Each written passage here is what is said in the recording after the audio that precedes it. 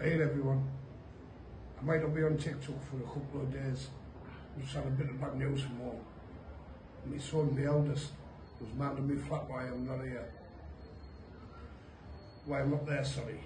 He's put his clothes in the washer, and without knowing, my cat's jumped in. Are you alright?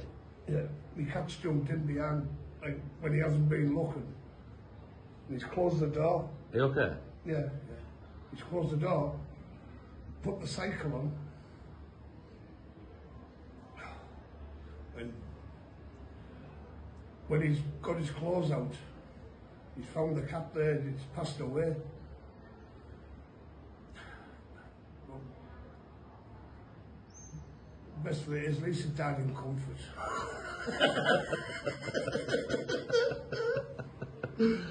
I love people fucking think you were all serious, eh?